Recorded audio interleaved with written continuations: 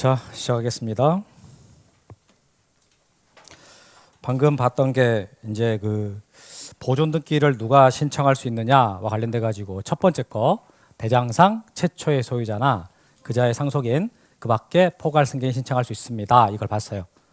두 번째 규정인데 이제 확정 판결에 의해서 자기 소유권 있음을 증명하는 자가 할 수 있다라고 나와요. 여러분, 대장을 들고 가서 보존 등기하는 게 이 판결 받아가지고 보존 등기 하는 것보다 훨씬 쉬워요. 대장을 들고 가는 게. 근데 왜 쉬운 방법 두고 이렇게 하느냐라고 했을 때 대장을 못 가져가니까. 그러니까 이걸 하는 거거든요. 근데 왜 그러냐? 이게 내 땅이다라고 주장한다고 갑이 한번 쳐봐요. 내 땅이다라고 갑이 주장을 해요. 근데 대장에가 소유자가 안 써져 있는 거예요.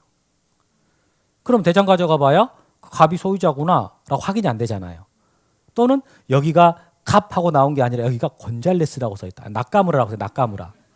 소유자가 나카무라야. 그럼 나카무라라고 써놓고 1921년 이렇게 써있단 말이에요. 1921년도에 나카무라 명의로 등록이 된 거예요. 그 이후로는 그냥 소유자가 기록된 게 하나도 없어. 근데 갑이 내 땅이다라고 주장한단 말이에요. 그럼 그 사람 어떻게 해? 이 대장을 들고 가봐야 네가 나카무라야? 이렇게 그 말이 안 되잖아요. 그러니까 등기할 수 없는 거지. 이것만 가져가지고는. 그래서 그런 경우 아예 안 써져 버렸거나 또는 써졌지만 누군지 모르겠거나 이랬을 때는 소송하는 겁니다. 그러면 어떤 판결을 받았을 때 보존 등기할 수 있을까라고 할 때 여러분 판결의 종류 세 가지가 있다 그랬잖아요. 그 세 가지 뭐 있어요? 확인 판결, 이행 판결, 형성 판결 세 가지잖아요. 그럼 이 중에 어떤 판결을 받으면 이제 가서 보존 등기해 주세요. 할 수 있을까? 다 돼요. 다. 확인, 이행, 형성 다 됩니다. 아니 또 아까 앞에는 이행 판결이다 그랬던 것 같은데요? 맞아, 그땐 그랬지. 그땐 그랬어. 단독 신청할 수 있음 판결.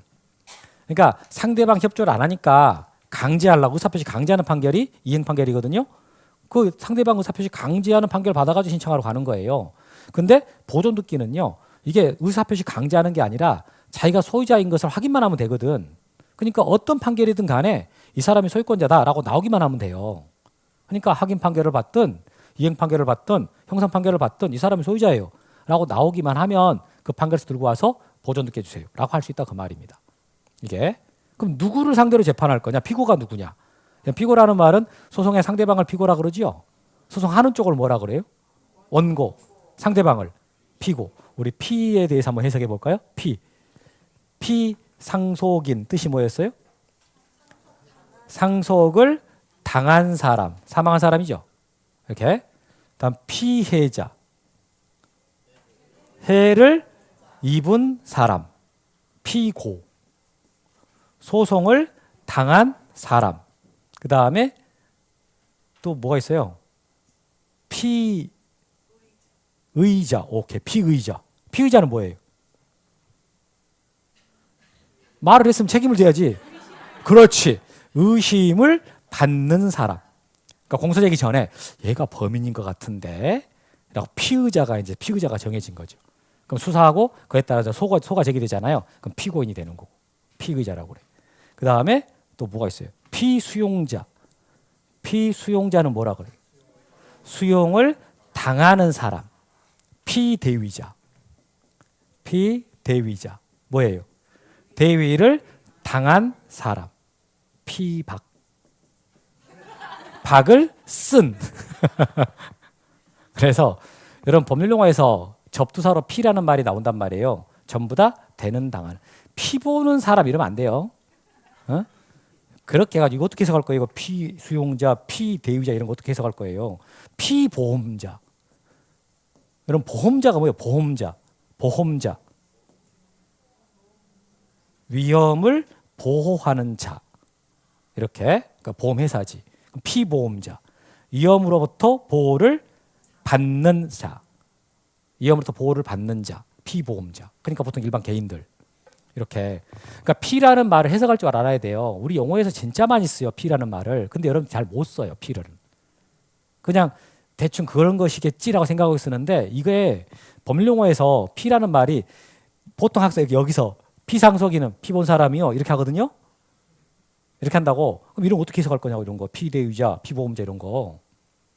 피라는 말은 꼭 해석할 줄 알아야 됩니다. 알겠죠? 그럼 피고라는 말이 이제 소송 당한 사람이라고. 그럼 이때 아까 갑이 내 거다라고 주장을 했을 때 갑은 누구를 상대로 재판하냐 그 말이에요. 누구를 상대로. 저기 아무도 안 써졌잖아. 이럴 때 토지는 국가를 상대로 하고요. 건물은 지자체를 상대로 합니다. 그럼 왜 저게 다르냐라고 했을 때요. 관리 주체가 달라서 그래요. 토지를 관리하는 주체는 국가입니다. 그런데 건축물을 관리하는 주체 있잖아요. 요것은 지자체예요. 건물은 지자체에서 관리한다고. 따라서 소송을 할 때 이게 건물은 누구를 상대로 하고요? 지자체를 상대로 해야 되고 토지는요? 국가를 상대로 해야 됩니다. 만약에 여러분 보세요.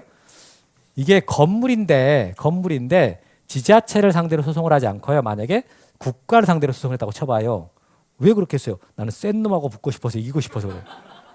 응? 그 만약에 국가를 상대로 내가 재판해서 건물인데 이겼다고 쳐봐. 판결서 이겼어. 이거 당신 거 맞아요. 이 건물. 국가를 상대로 소송했는데 그때 그 판결서 들고 와가지고 보존 늦게 해줘요. 라고 할 수 있겠어요? 안 돼요? 그거 못합니다. 그 판결 무효예요. 처음부터 재판 시작도 안 돼요. 각하돼 버려. 재판 진행도 안 된다고. 진행 안 되는데 만약에 됐다 하더라도 그 판결 무효가 돼요. 그러니까 못하는 거야. 그래서 반드시 토지면 국가, 건물이면 지자체. 그래서 자 확정 판결이라 그랬는데 그래서 확정 판결은 판결의 종류이다 아니다. 아니다. 완전히 판결이 끝났다 그 말이에요. 완전히 끝난 판결을 가지고 와서 보존 듣게 해야 되는데 그때 판결은 셋 다 해당하고 누구를 피고를 할 거냐와 관련돼 가지고 토지면 국가, 건물이면 지자체 이렇게 정리하시면 거기 딱 색깔 지금 들어간 부분이에요. 동그라미 B번에 기억, 니은 이렇게 설명한 겁니다. 다음 칠판 보시고 이제 세 번째 규정입니다. 수용으로 소유권 취득가 있음을 증명하는 자가 보존 듣게 할 수 있다라고 했어요. 그럼 여러분 수용으로 소유권 취득가 있음을 증명하는 자 이 사람을 우리가 뭐라 그러냐? 사업 시행자라고 그래요. 사업 시행자. 뭐라 그런다고요? 사업 시행자. 그러면 수용을 당하는 사람이 있겠네요? 수용을 당한 사람이 있을 거 아니에요? 그 사람을 뭐라고 그래요? 방금 했는데 피수용자. 자 그러면 여기 봐요. 이 사업 시행자는 최초의 소유자예요? 아니에요? 아니지. 오케이. 지금 대장이 있어요. 대장이 갑이 소유자로 돼 있단 말이에요. 이걸 사업 시행자가 수용을 한 거예요. 이것을. 그러면 우리 아까 첫 번째 규정에서 최초의 소유자가 보존듣게 한다 그랬잖아요. 근데 사업 시행자는 최초 소유자가 아니라고. 그럼 못하겠냐? 그럴까봐 규정을 하나 더 만든 거지. 3번에다가.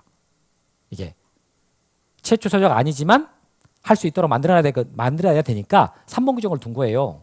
그래서 자 보시면 이게 미등기 부동산 수용됐냐? 아니면 등기된 부동산 수용됐냐에 따라 가지고 달라지는데 자 미등기 부동산이 수용이 됐다고 쳐봐요. 미등기 부동산. 그러니까 갑명의로 대장은 만들어져 있긴 한데 아직 이게 등기가 안 돼 있는 상태예요. 그걸 이번에 사업시행자가 수용을 했다고 그럼 이제 보존등기 할 거란 말이에요. 그때 사업시행자 명의로 직접 보존등기를 할 수 있다 없다? 있다 그 말이 있다. 있다. 이렇게 따로 3번 규정을 둬가지고 할 수 있게 해준 거예요. 그런데 이미 등기가 돼 있어 지금. 갑명의로 보존등기가 돼 있는 상태예요.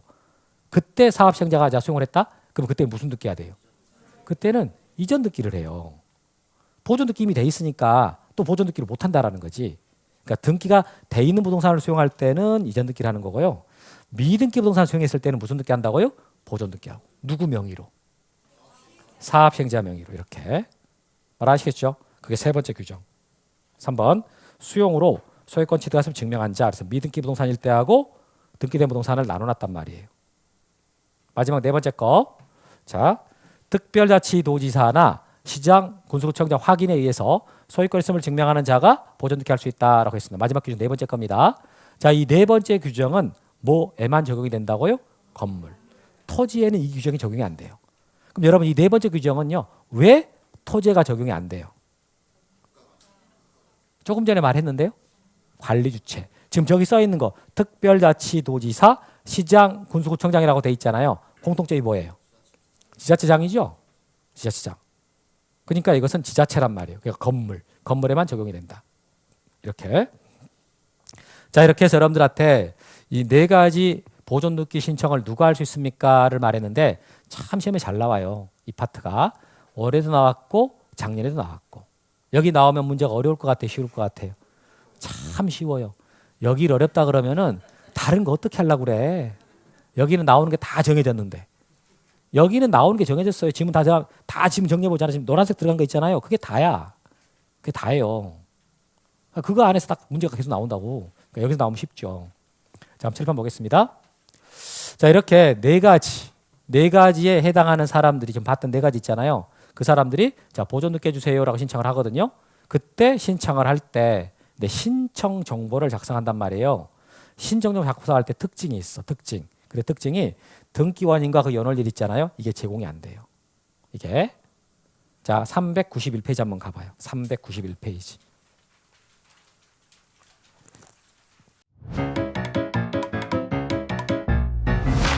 에듀윌 유료 회원만의 특별한 서비스.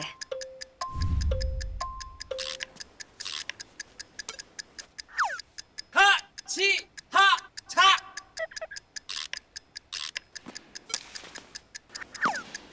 하치하차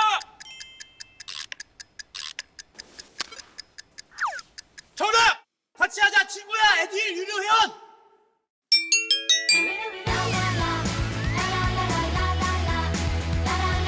친구 소개하고 현금 받는 혜택. 오직 에듀윌 유료 회원에게만. 에듀윌. 거기 신청서 나오죠? 신청서 나왔어요. 그럼 여러분들이 지금 보고 있는 그 신청서는 거기 등기 목적이라고 써진 거 있잖아요. 등기 목적. 거기 보니까 소유권 이전 등기라고 돼 있죠. 확인했습니까? 그럼 소유권 이전 등기 하고 싶다 그 말이에요. 거기 등기원인 및 그 연월이라고 써 있잖아요. 그때 23년도 9월 1일 매매라고 돼 있습니까? 그렇게 돼 있나요? 23년 9월 1일 날 매매가 있어가지고 지금 소유권 이전 등기 하고 싶다 그 말이거든요. 근데 만약에 그 등기 목적을 소유권 보존이라고 썼다 쳐봐요. 소유권 보존. 그 등기 목적을 그때 그 등기 원인 및 연월일 있잖아요. 거기를 어떻게 쓴다고요? 안 쓴다 그 말이 안 쓴다. 거기는 비어 있다. 쓰질 않는다. 이게 보존 등기를 왜 그러면 안 쓰냐? 보존 등기라는 것은 최초의 소유자가 하는 등기라는 뜻인데 그걸 굳이 쓸 이유가 없다라는 거지. 최초의 소유자가 그 등기 원인이라는 거죠. 그걸 쓸 필요 없다라는 거야. 그래서 이렇게 등기 원인과 연월일을 제공 안 해요. 그래서 자, 칠판 보십시다. 이제 우리가 실제 등기부를 이게 지금 우리 책에 있는 등기부예요. 책에 지금 이 페이지가 아니고 앞쪽에가 있는 페이지인데 여기에 이렇게 있어요. 그럼 1번이 지금 등기 목적의 소유권 보존이고 2번은 소유권 이전입니다. 그럼 소유권 이전 등기할 때 이 등기 원인 난을 봤더니 뭐 2017년도에 매매가 있었다라고 써 있잖아요. 근데 보존 등기는 어떻게 돼 있어요? 비어 있는 거예요. 보존 등기할 때 등기 원인과 그 연월일 있지 않습니까? 안 써져요. 비어 있다고. 왜 비어나요? 원래 안 쓰니까. 그 신청서에다가 써놓지도 않았잖아요. 등기관이 신청서를 보고 등기를 하게 돼 있는데 신청서가 저기가 비어 있었다는 거지. 그러니까 안 써지는 거예요. 여러분 나중에 보존 등기부 봤는데 보존 등기가 이게 비어 있는 거야. 이거 왜 비어 있지? 뭐라도 써야 되나? 그럼 내가 그건 써놓을까? 하고 거기 썼어. 그런 고생할 필요 없습니다. 그리고 만약에 여러분 이게 직권으로 보존 등기했지만 직권으로 이 보존 등기를 직권을 했다고 쳐봐요. 그러면 이 접수칸 여기가 비어요. 왜 비어요? 접수를 받은 적이 없잖아. 직권 보존 등기 할 때는. 그러니까 접수칸이 빈다고요. 그러니까 여러분들이 등기를 받는데 접수칸이 비어 있어. 그러면은 어떻게 생각하면 됩니까? 아, 이거 직권으로 했구나라고 할 수 있는 거예요. 직권 등기 할 때는 접수칸이 비어요. 이해되시죠? 근데 여기서 이제 그거 말하는 게 아니라 제가 지금 말한 건 뭐였습니까? 보존 등기 할 때 뭘 제공하지 않는다? 등기 원인과 그 연월일 제공하지 않고 그렇기 때문에 등기부에 기록도 안 되고. 자, 이렇게 봤어요. 자, 이거 문제 좀 풀어보세요. 작년 문제예요. 작년 문제. 작년 문제거든요.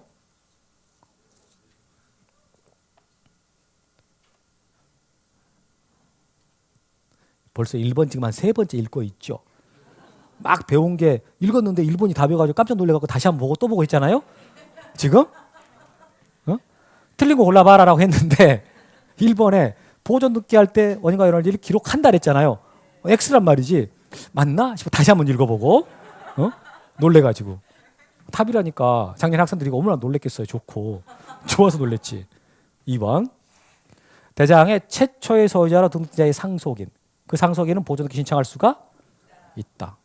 맞고 다음에 수용으로 소유권 취득할 수 증명하는 자는 자, 미등기 토지에 대해서 보존 등기 신청할 수가 있다. 맞는 거죠? 이때 이 자를 우리는 뭐라 한다고요? 사업시행자. 자, 4번 봐요. 4번 읽어봐요. 4번에서 가장 핵심적인 단어는 뭘까요? 군수야, 군수. 보존 등기를 물어봤는데 보존 등기를 물어봤는데 군수가 나와요. 그러면 여러분들은 뭘 찾아야 돼요? 토지냐 건물이냐 그걸 찾아요. 토지냐 건물이냐. 그러니까 뭐 나왔어요? 건물이 나왔죠? 그럼 할 수가 있다예요. 토지가 나오면 없다가 되는 거고. 이건 공식입니다. 공식. 다음에 5번은 지금은 안 했지만 아까 우리 복습할 때도 했어요. 이거 직권보존 등기 되게 잘 나오거든. 자, 법원의 촉탁에 따라 가지고 처분 제한 등기 할 때 그때 직권으로 보존 등기 한다. 그러니까 미등기 부동산에 대해서 법원에 처분 제한 등기 촉탁이 있으면 직권으로 보존 등기를 하고 거기다가 처분 제한 등기 한다. 이렇게 나는 거지. 이 처분 제한 등기 얘가 뭐였어요? 가압류, 가처분, 경매. 참 잘 나와요 이거. 여기 있는 지문들은 다 잘 나옵니다. 그러니까 쉽지. 맨날 잘 나오니까 기출문제에서 계속 보거든. 1번 답이고. 자, 이거 올해 문제거든요. 올해 문제. 1번하고 3번만 풀어봐요. 다른 나머지 읽지 말고 1번하고 3번만.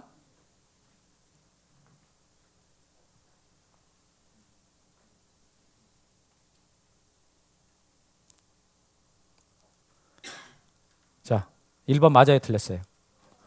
자, 보세요. 미등기 건물에 대장상 소유자로부터 포괄 유증을 받았다. 포괄 유증을 받았다. 포괄 승계인이잖아요. 그러니까 직접 자기 명의 보존 등기 할 수가 있다지. 포괄 승계인이니까. 이게 특정 유증 받은 사람은 못하지만 포괄 유증 받은 사람은 포괄 승계인이기 때문에 직접 자기 명의로 할 수 있다. 1번은 뭐 어렵다 치고 아직 하나가 남았으니까 기대해봐요. 3번. 맞아요, 틀려요? 자, 여기서 제일 핵심적인 말이 뭐예요? 군수. 근데 앞에 뭐가 나왔어요? 토지. 그러면 토지가 나왔어. 그럼 군수가 나왔어요. 할 수 있어요, 없어요? 3번이 답이네요. 그죠? 1번 긴가민가 했다가 2번은 약간 1번보다는 어려운 지문이거든요. 내용은 별거 아니야, 2번도. 근데 3번이 나와버렸다고. 맨날 나왔던 거. 그러니까 땡큐가 됐겠지. 땡큐. 답 나오고 4번은 약간 어려운 말이야. 4번이 어려운 말이고요. 5번은 그냥 무난한 말이에요.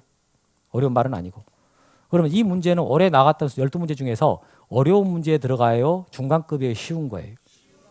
그렇지. 답이 쉽잖아. 다른 지문은 4번 같은 지문은 쉬운 지문 절대 아니거든요. 이건 약간 어려운 지문이에요. 4번은. 근데 4번 같은 거 볼 필요가 없잖아요. 답이 3번인데. 이렇게.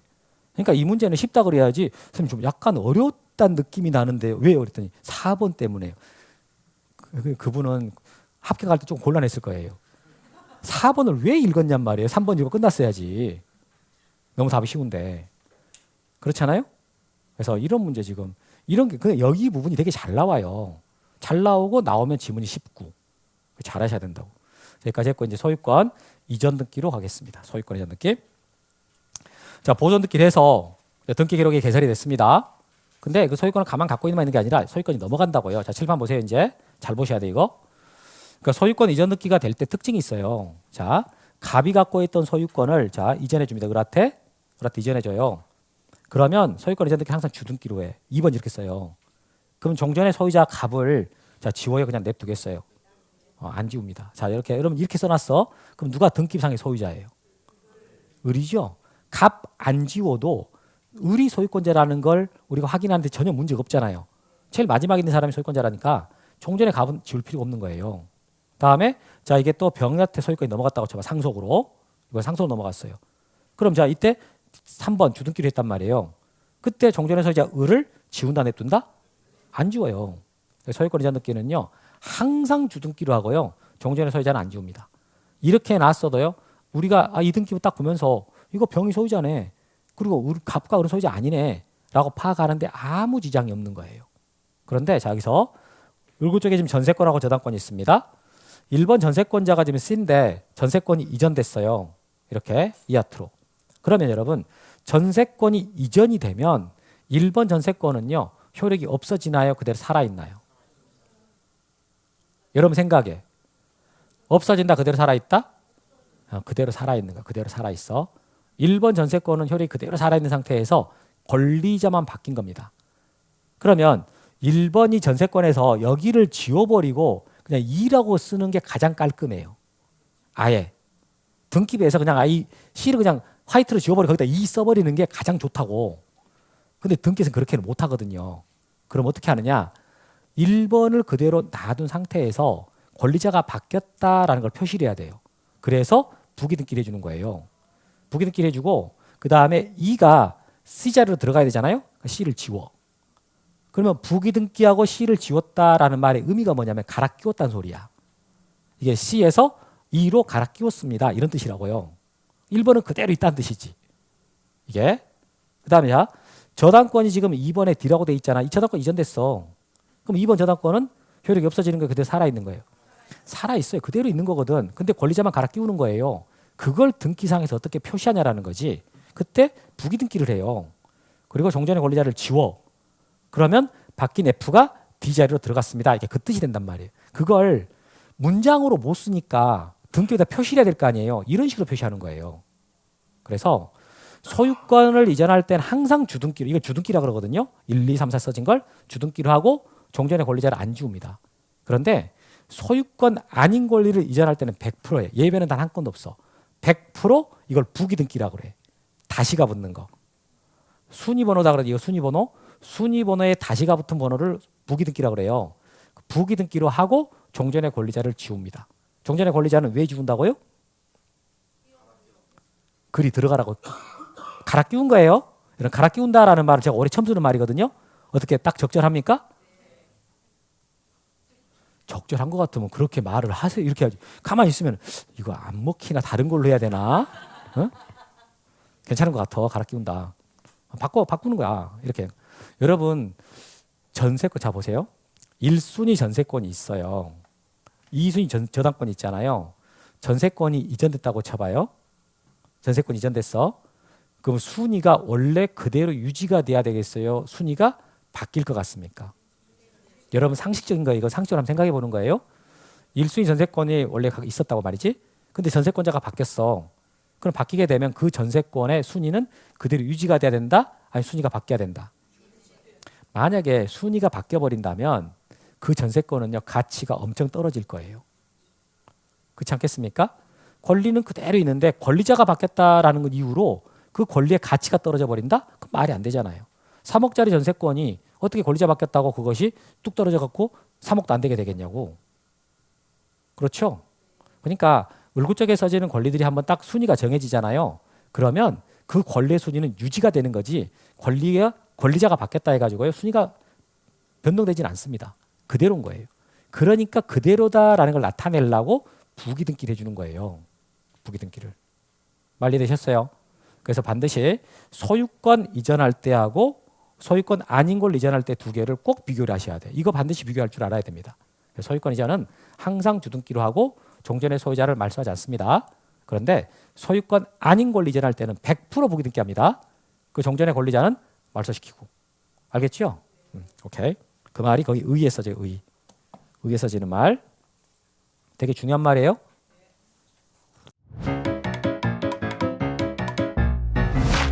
에듀윌 유료 회원만의 명품 자료 서비스.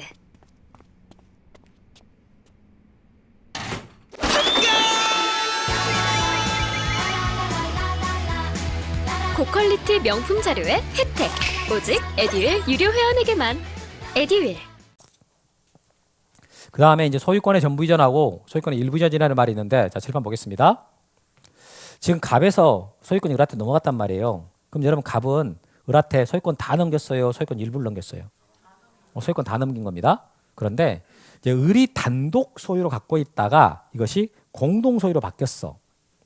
A가 4분의 3, C가 4분의 1 이렇게 A, C로 바뀌었다고요. 소유자가.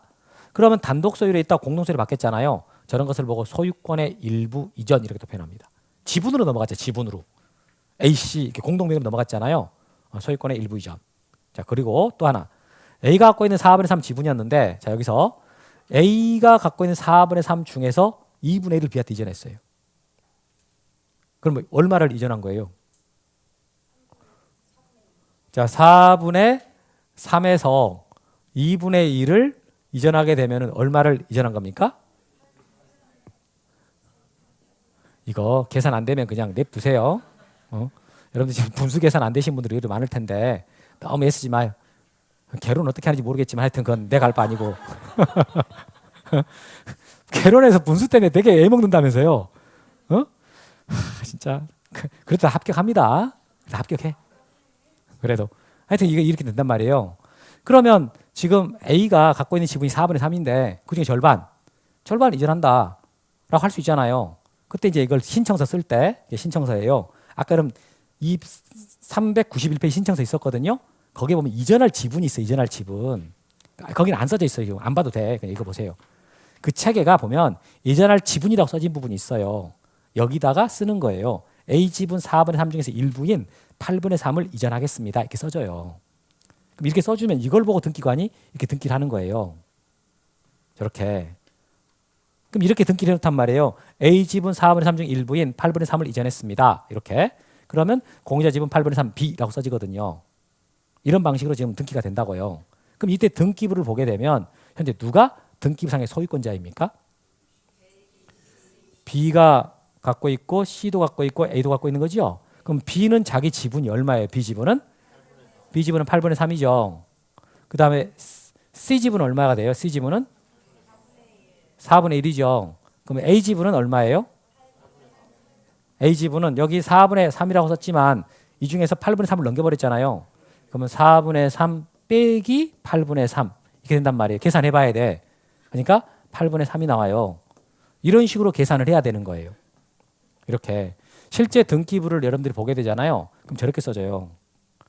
그러니까 여러분들이 등기부를 딱 보면서 지분이 이전되지 않습니까? 그럼 계산을 해야 돼. 무슨 계산을 해야 된다고요? 부담스러워하는 거지. 이렇게 써지거든. 그러니까 이걸 한번 시험에 낸 적이 있었어요. 이걸 제가 봐서는 참 정신없는 사람이 낸 거예요. 저런 걸 어떻게 내? 그냥 저런 게 있다 소개하는 건 모르겠지만 그때 답은 아니었으니까 그냥 소개한 거예요. 이걸 갖고 여러분들한테 공부하라고 한 건 아닙니다. 근데 그냥 흥미삼아 한번 한 거예요. 그래서 소유권을 전부 이전할 때가 있지만 소유권의 일부 이전할 때가 있는데 소유권의 일부라는 말을 나오는 순간 뭘로 바꾸라 그랬어요? 지분으로 바꿔라. 그러니까 지분 이전 등기라고. 지분 이전 등기. 말 알겠죠? 지분 이전할 때는 신청서 이전할 지분에다 써주고 그걸 보고 등기관이 기록을 합니다. 이런 식으로 하면 돼요. 여기는 그냥 이런 말이 있구나 정도. 소유권의 일부 이전, 소유권의 일부를 뭘로 바꾸고요? 지분 이전 등기다. 이렇게. 다음에 이제 여러분 소유권은 이전이 될 때요. 원인 없이 넘어가는 경우는 절대 없습니다. 소유권 이전되려면 반드시 뭐가 필요하다고요? 원인. 그러면 가장 소유권 이전되는 대표적인 원인이 뭐겠어요? 매매지. 그래서 제가 여태까지 여러분 소유권 이전 설명할 때 거의 대부분 매매로 많이 했거든요. 여기서 다시 그걸 하려고 하는 게 아니고 요즘에는요. 실거래가가 등기부에 기록됩니다. 여러분 우리나라 지금 등기부에 실거래가 기록되는 거 알고 있죠? 알고 있죠? 몰라요? 그게 옛날부터 써진 건 아니에요. 2006년도부터 써졌어요. 2006년도부터 거래가액이 실거래가가 써집니다. 등기부에. 그럼 여러분 우리 그때 대장 봤을 때 대장 이렇게 있으면 이렇게 대장 토지 대장하고 써졌단 말이에요. 그럼 이때 여기가 토지 표시라고 써지고 그 다음에 오른쪽이 소유자라고 써지거든요. 아래쪽은 뭐라고 써졌어요? 오케이. 여기가 개별 공시지가라고 써져요. 개별 공시지가. 이렇게 써지거든요. 우리 대장 봤을 때 이거 형식 있었어. 그러면 자 이런 땅이 있는데 땅 주인 누구고 땅값 얼마다. 달리 말하면 이 땅에서 이 사람한테 세금 얼마 받아가겠다. 이렇게 재산세 부과 기준으로 개별 공시지가가 있다라고 말했단 말이에요. 그러면 이 등기부에는 공시지가가 써지지 않아요. 등기부에는 뭐가 써진다고요? 실거래가가 써져요. 거래세 부과 기준이지. 거래세 부과 기준. 그게 양도세인가요? 그게 지금 부과 기준으로 이게 쓰인다고요. 그래서 여러분들이 이 대장에 써진 거하고 등기부에 써진 거하고 지금 그 금액이 다르게 써집니다.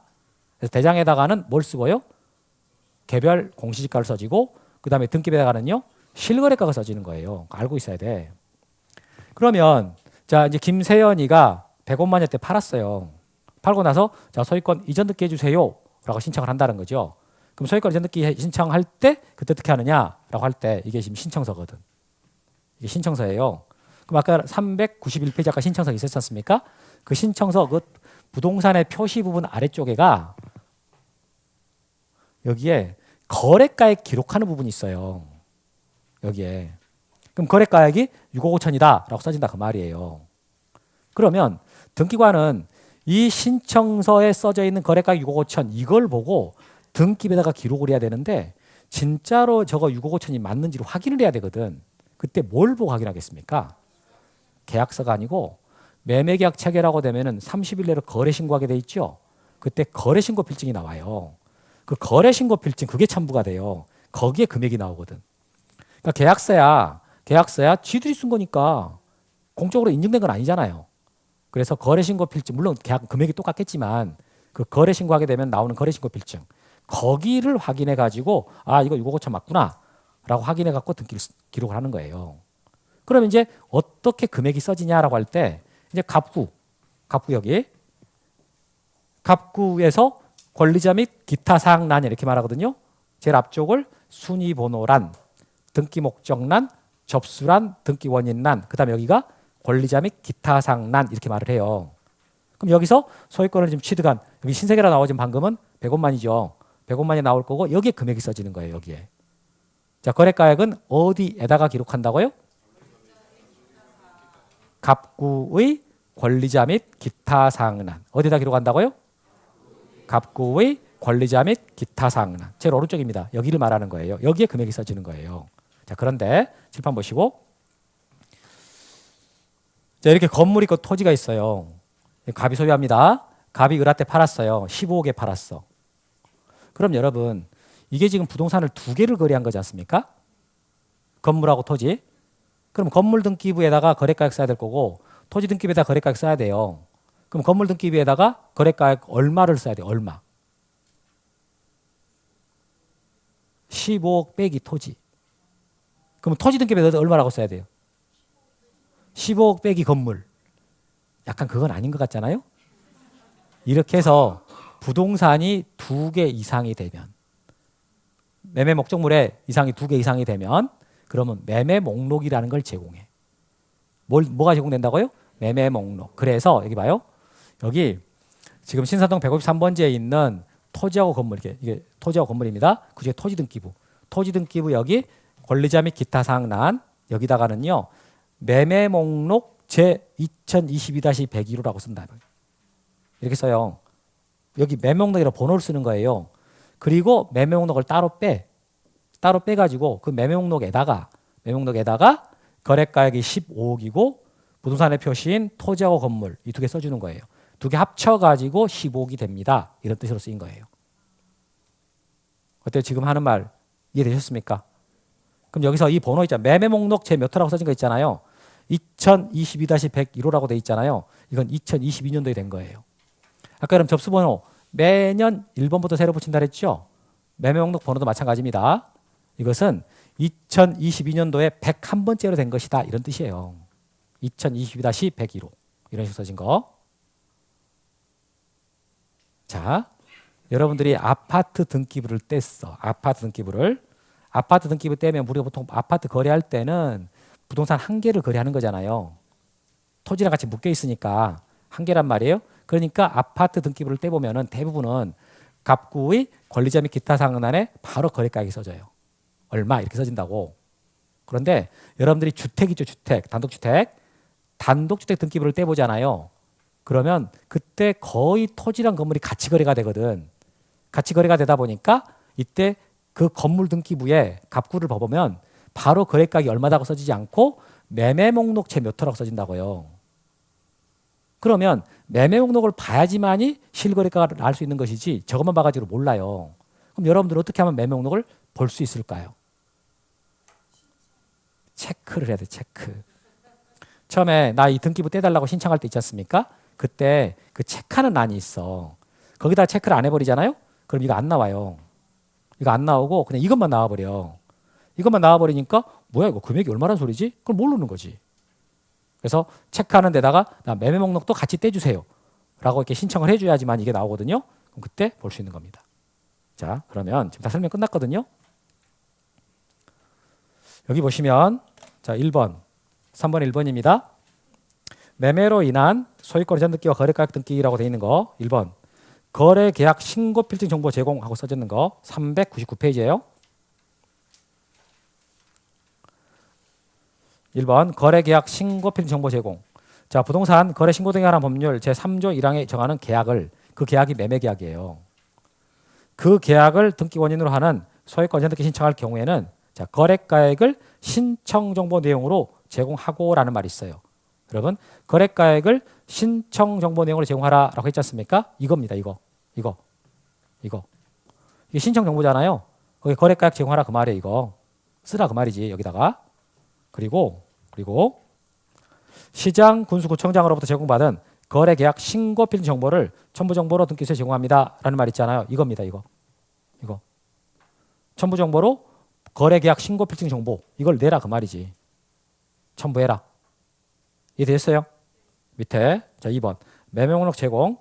자, 거래 부동산이 2개 이상인 경우 또는요 부동산이 1개라 하더라도 여러 명의 매도인과 여러 명의 매수인 사이 매매 계약일 때는 매매 목록도 첨부 정보로 제공해야 됩니다라는 말이 나왔어요. 그러니까 매매 목록이라는 것은 아무 때나 제공되는 게 아닙니다.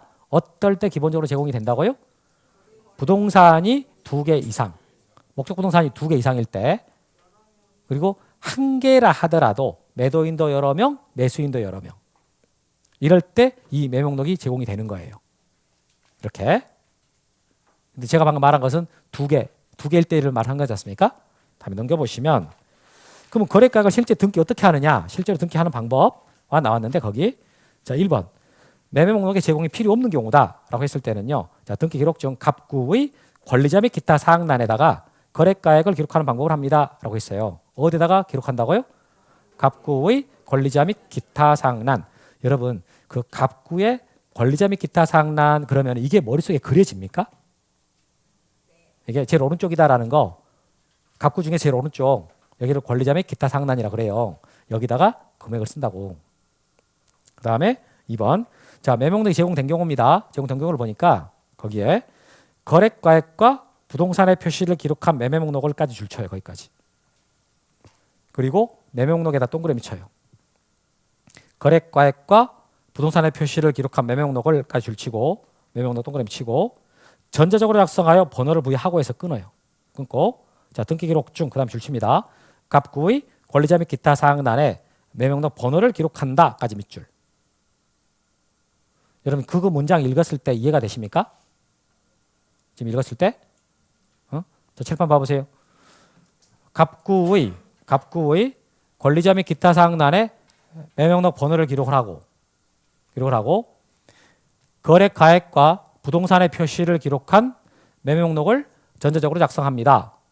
라는 말이 나왔잖아요. 그 얘기라고 지금 이게. 그래서 이렇게 해서 실제 여러분들이 등기부를 떼보면 이렇게 나온다라는 거예요. 여러분들 오늘 집에 가셔가지고 여러분 그 본인이 살고 있는 집 있잖아요. 살고 있는 집 한번 등기부 떼보세요. 떼봤어요? 그 등기부 어떻게 떼는지 잘 모르신가요? 인터넷 등기소에 들어가. 인터넷 등기소. 그 인터넷 등기소 치면 돼요. 검색창에다 인터넷 등기소라고 치면은 화면이 떠요. 클릭해서 들어가면 거기에 내가 열람하고 싶다, 발급받고 싶다 이렇게 나오는데 발급받으면 1,000원이고 열람하면 700원이니까 열람하세요. 열람. 그래서 거기 시킨 대로 쭉 해보잖아요. 그러면 보니까 나와. 700원 부담하면 되거든요. 그래서 그걸 한번 떼보셔야 돼. 떼가지고 한번 읽어봐요. 거기 있는 거. 그럼 최근에 그게 만약에 2006년도 이후에 거래된 부동산이다 라고 한다 그러면 이제 거기에 거래가액 얼마라고 써 있어요. 얼마라고 써 있다고. 근데 이제 너무 거래된 지가 옛날이야. 뭐 2000년 이전에 계약된 거야. 그럼 그런 거래가액이 안 나와요. 그래서 언제부터 거래가액이 써졌다고요? 2006년. 그 이후 걸 한번 떼보면은 거래가액이 나온다고. 알겠죠? 근데 주택을 떼봐서 주택. 2006년도 이후에 거래가 된 주택이었단 말이에요. 그럼 거기에는 바로 금액이 안 써져. 금액이 안 써지고 뭐라고 나온다고요? 매매 목록 제 몇 호라고 써져요. 그 제 몇 호 할 때 앞에 숫자가 거래 연도거든. 연도. 그러면 내가 그것만 봐가지고 거래가액을 직접 모르거든요. 그러니까 내가 알고 싶으면은요. 그 내가 신청하는 과정 중에 클릭을 해줘야 돼. 클릭해주면 내가 매매 목록도 보고 싶어요. 라고 클릭을 해줘야 되는 거거든요. 그러면 그까지 나와서 떼줍니다. 알겠죠? 이렇게 한번 해보기 바랍니다. 자, 다음에 4번, 5번, 6번은 뭐 거의 됐는데 자, 이거 봐보세요. 제가 한번 읽어봐요.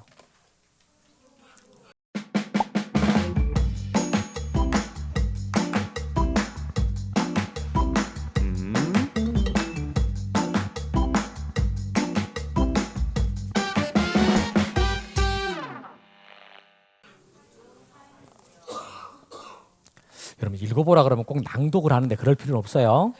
그 선생님마다 다 다르죠. 낭독하라 할 때 막 큰 소리 읽으라는 분이 계신다면서요. 저는 안 그래. 그냥 읽어봐요. 자, 저게 상속, 유증, 사인 중에서 세 가지 개념을 구분할 수 있겠습니까? 저걸 옆 사람한테 다 말할 수 있겠어요? 상속은? 그럼 유증은? 사인 증여는? 셋 다 공통점은요. 사망의 효력이 발생합니다. 셋 다 공통점은 사망해야 돼요. 근데 상속은요. 아무 말씀 안 하고 그냥 돌아가셨어요. 그냥 돌아가시니까 그냥 그 사람 의사표시는 하나도 없었잖아요. 상관없이 민법에 있는 규정에 따라 재산이 승계되는 거예요. 이걸 상속이라 그래. 상속. 그러니까 내가 아무 말을 안 했다고 내 재산 어떻게 하라고 전혀 의사표시가 없었는데도 사망을 하니까 그냥 자동으로 어떤 효력이 발생을 해요. 민법에 그렇게 하라고 규정이 돼 있거든. 이걸 보고 법률의 규정이라 그러는 거죠. 그럼 유증은 뭐겠어요? 유증은 내가 죽으면 내 재산을 어떻게 해라라고 의사표시를 다 합니다. 다 하고 그 사람이 사망을 했어요. 그랬으니까 그 의사표시에 따라서 효력이 발생하는 거예요. 그러니까 이것은 법률 행위예요, 법률 규정이에요. 그 사람의 의사표시가 다 있다 그랬잖아요. 그러니까 법률 행위예요. 근데 일방적 의사표시로 효력이 발생합니까? 상대방 의사가 합치가 돼야 돼요.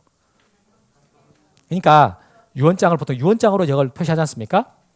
그 유언장에다가 써가지고 이게 다 주면서 자 동의하면 2장 찍고 아니면은 찢어버려라. 다시 얘기하든가 이렇게 합니까? 유언장은 어떻게 작성하는 거예요? 일방적으로. 일방적으로 작성해놓고 사망하게 되면은 그 의사표시에 따라서 효력이 발생하잖아요. 그러니까 저것은 단독행위가 되는 거죠. 여러분 단독행위와 계약의 차이는 알죠? 그래서 저건 단독행위야. 법률행위 중에서도 뭐에 들어간다고요? 단독행위. 그럼 사인증여는 뭐예요? 이게 여러분 보통 우리가 말할 때 매매라고 말을 해요? 매매 계약이라고 말을 해요? 보통 매매 계약이라 그래요? 나 매매 계약 체결했다 그럽니까? 나 매매했다 그럽니까? 여러분 막 또 말할 때 증여했다 그래요? 팔았다 그래요? 매매했다 그러고? 그렇지. 샀다 안 그러고? 샀다 그러지 그랬어요. 그럼 증여 계약했다 그래요? 증여했다 그래요? 보통 우리가 쓰는 걸 말하는 걸 보면은요. 증여했다 그러지 증여 계약했다고 잘 안 해요. 매매했다 그러지 매매 계약했단 말 안 하거든. 근데 매매나 증여 뒤에는 뭐가 생략되어 있는 거예요. 계약이라는 말이 생략되어 있는 겁니다. 그럼 저기도 사인 증여잖아요. 그럼 증여 뒤에는 뭐가 있는 거예요? 계약이 있는 거예요. 계약. 저건 계약이라고. 그러니까 어떤 식으로 보통 계약하는 게 있으면은 자 내가 죽으면 내 아파트를 너에게 주겠다라고 했다고 쳐봐요. 근데 그 너가 감사합니다 이렇게 했다고 쳐보세요. 그럼 어때? 의사가 서로 합치가 됐잖아요. 다만 효력은 언제 발생합니까? 죽으면. 그러니까 계약인 거야. 사망을 원인으로 효력이 발생하는 계약이라고. 사인 증여가 되는 거지. 그러면 유증은 일방적으로 쓰는 게 일방적으로 내가 죽으면 이걸 줘라라고 쓰는 거지. 내가 죽으면 이걸 줘라. 그럼 상대방은 의사표시를 했어요? 하나도 안 했어요? 안 했지. 일방적 의사표시로 효력이 발생하니까 저건 단독행위가 되는 거고. 선생님 그 피곤하게 그걸 다 구분을 해야 돼요? 맞아요. 구분을 해야 돼. 듣기 시청하는 방식이나 이런 게 달라지기 때문에 구분을 해야 된다고요. 효력 발생하는 시기도 달라져요. 저런 것들을 구분할 수 있어야 점수가 나와요. 저걸 구분 못 하잖아요. 그럼 맞았다 틀렸다 그래. 어떨 때는 맞고 어떨 때는 틀려요. 그럼 계속 일정하게 똑같은 효과가 나오려면요 구분할 줄 알아야 된다고. 이게 그래서 꼭 구분하셔서 알고 있어야 됩니다. 참 유증을 저는 여러분 그럼 유증을 다시 한번 개념 정해봐요. 한번 어떻게 하면 된다고요?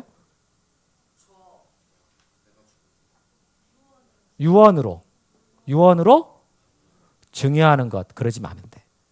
유언으로 증여하는 것 이래버리면 헷갈립니다. 왜? 증여라는 것은 증여 계약이거든. 그렇잖아요? 근데 유증은 단독행위라 그랬잖아요.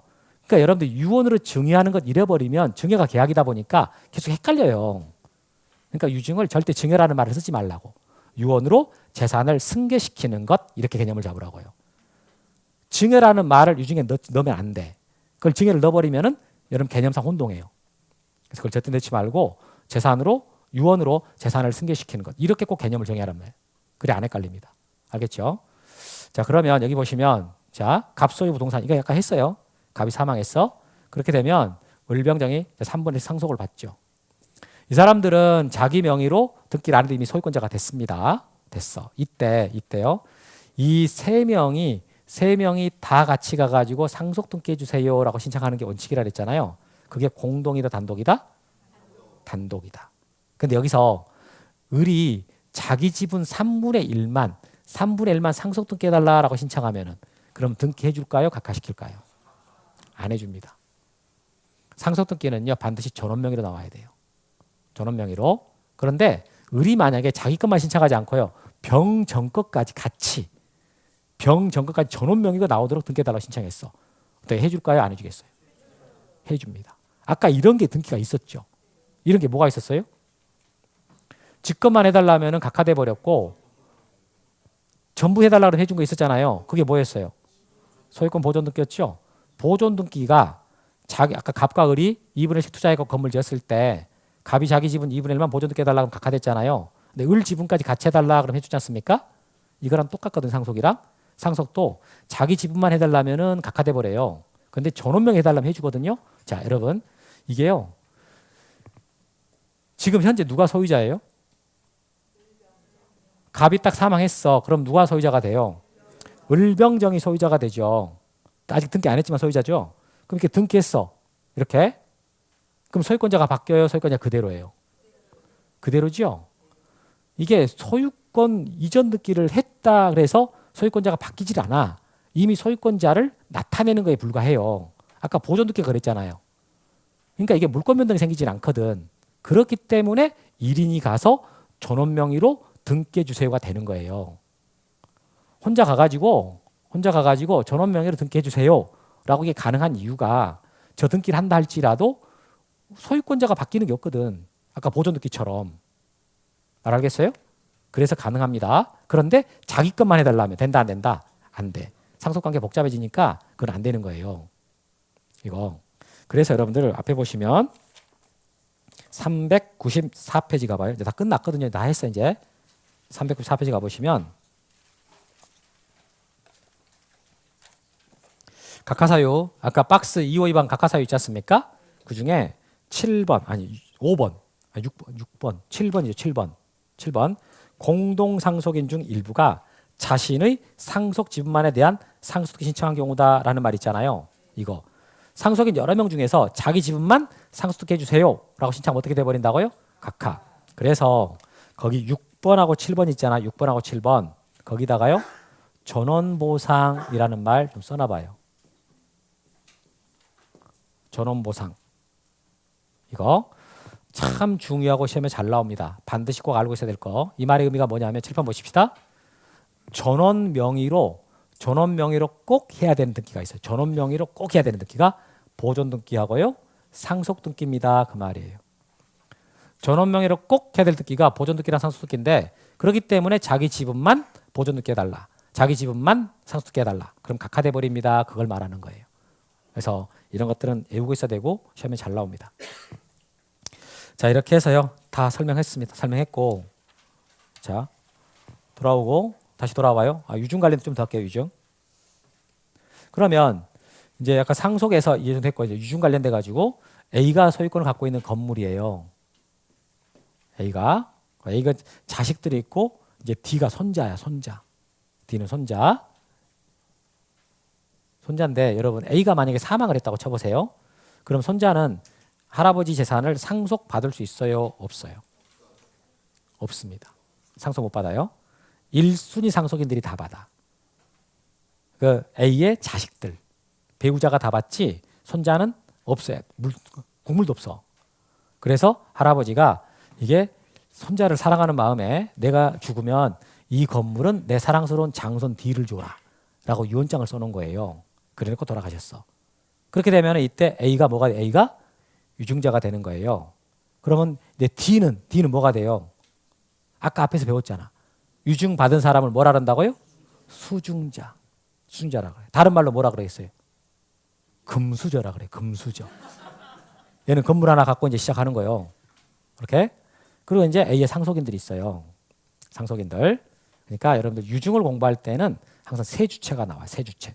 유증자, 수증자, 상속인 이렇게 나온다고. 유증자, 수증자, 상속인 이렇게. 그러면 이제 A가 할아버지다 치고 유증자가 되고 그다음에 손자가 받은 사람이 수증자가 되고 자식들이 상속인이 된다. 그럼 이렇게 됐을 때 이제 등기가 될 거 아니겠습니까? 이 뜻에 따라 가지고 그럼 등기를 할 때 그럴 때요. 이 수증자 명의로 바로 등기가 되거든요. 상속인들 명의 등기를 안 해요. 수증자 명의로 바로 등기가 넘어가는데 그때 등기해 주세요라 신청할 거 아니겠어요? 이때는 공동 신청해요, 단독 신청해요. 이때 받은 사람 수증자가요. 얘가 권리자예요. 권리자가 되고 지 혼자 하는 거 아니에요. 혼자 하는 게 아니라 협조를 바꿔야 되거든요. 그럼 누가 협조해줘? 여기서 그러면 A는 사망한 거예요. 지금 A는 사망했어요. 유증을 해서 상속 수증자가 이렇게 받았다라는 말은요. 사망했다는 소리거든. 유증자는 사망의 효력이 발생하니까. 그래서 이때 상속인이나 유언집행자, 얘가 의무자가 됩니다. 그렇게 해서 공동 신청해서 들어가는 거예요. 공동 신청해서. 그럼 여러분들이 지금 이걸 처음 배운 것 같지만 이미 배웠어요. 비슷한 것을. 뭘 배웠냐면은 자, 갑이 소유하고 있는 부동산을 을과 매매를 했단 말이에요. 근데 갑이 등기를 해주기 전에 사망해 버렸어. 그러면 갑의 상속인 병아트로 이 매매계약 효력이 승계가 돼서 이때 상속인 병이 이 계약 내용에 따라 가지고 을한테 등기해줘야 된다. 이런 거 배웠어요. 그렇죠? 그때 상속인 명의 등기하고 을한테 갔어요. 바로 넘어갔어요. 바로 넘어간 게 참 중요하다라는 말 했죠. 여러분 지금 이거하고요. 이거하고 이 구조가요. 지금 이 구조랑 이 구조가 보니까 어때요? 똑같습니까? 다른가요? 똑같습니다. 여기는 사망하기 전에 뭘 해놨고요? 매매를 해놨고 여기는 사망하기 전에 뭘 해놨어요? 유증을 해놨어요. 원인행위를 해놓고 사망한 거예요. 그럼 그 원인행위가 효과가 누구한테 승계가 되는 겁니까? 상속인한테 승계가 돼요. 그러니까 상속인이 그걸 이행해 줘야 되는 거예요.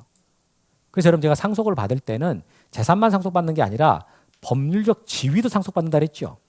그래서 여기서는 매도인의 지위를 병이 상속을 받거든. 매도인의 지위를 병이 상속을 받기 때문에 병이 이제 상속이 매도인이 되는 거예요. 그러니까 매도인으로서 애가 등기를 해줘야 되는 거라고. 그럼 여기서는 이 상속인 있잖아요. 상속인이 유증자이자 유증자를 상속을 받는다고 생각해야 돼요. 그러니까 이 사람이 이제 유증자가 되는 거라고 생각해야 돼. 그걸 넘겨준다. 이렇게. 말 이해되죠? 그러니까 이게 구조가 똑같다라는 거지. 원인행위를 하고 사망을 했으니까 상속인이 그에 따라 이행을 해야 된다. 이렇게. 그래서 등기 넘어갈 때는 직접 넘어가는 것이지 거쳐가는 거 아니다. 이렇게 합니다. 여기까지 이제 유증 다 했어요. 다 끝났고 그 아까 우리 앞에서 포괄유증, 특종유증 이런 말이 있었죠. 그러면 포괄유증이라는 말이 뭐냐면 포괄적으로 유증을 하는 거니까 재산을 다 줘버리니까 내 전 재산을 줘라. 이렇게. 손자놈한테 전 재산 줘라. 이게 포괄유증이에요. 또는요. 내 전 재산 중에서 2분의 1을 줘라. 라고 지분으로 주는 거야. 지분으로. 통째로 주거나 지분으로 주거나. 이걸 뭐라 한다고요? 포괄유증. 그럼 특정유증은 뭐겠어요? 딱 정해주는 거야. 이 건물을 줘라. 이 땅을 줘라. 이렇게. 뭘 특정하는 거예요? 재산을 특정하는 거야. 그래서 이 땅을 줘라. 이 건물을 줘라가 특정유증이고 내가 갖고 있는 재산 통째로 줘라. 딸랑 아파트 하나인데 그게 포괄유증이요. 전 재산 준 거니까. 이렇게. 그래서 전 재산을 줘라 또는 지분 내 전 재산의 2분의 1을 줘라. 이렇게 주는 거. 이걸 뭐라 한다고요? 포괄유증. 구분할 수 있겠어요? 네, 그렇게 하시면 돼요. 여기까지 다 했어요. 다 했고 나머지들은 됐고요. 다음 주에 바로 어디 들어갈 거냐면은 거기 405페이지 저당권 있잖아요. 저당권 여기부터 들어갈 겁니다. 여기서부터. 자, 이렇게 해서 오늘 진도는 마치고 여러분 지금 오늘 배웠던 내용들 기본적인 개념 위주로만 개념도 많이 설명했지만은요. 개념 위주로만 한 건 아니에요. 지금 내용이 꽤 깊게 들어간 것도 있었어. 그래서 오늘 한 것들 되게 중요한 내용들 잘 나오는 것들 위주로 본 겁니다.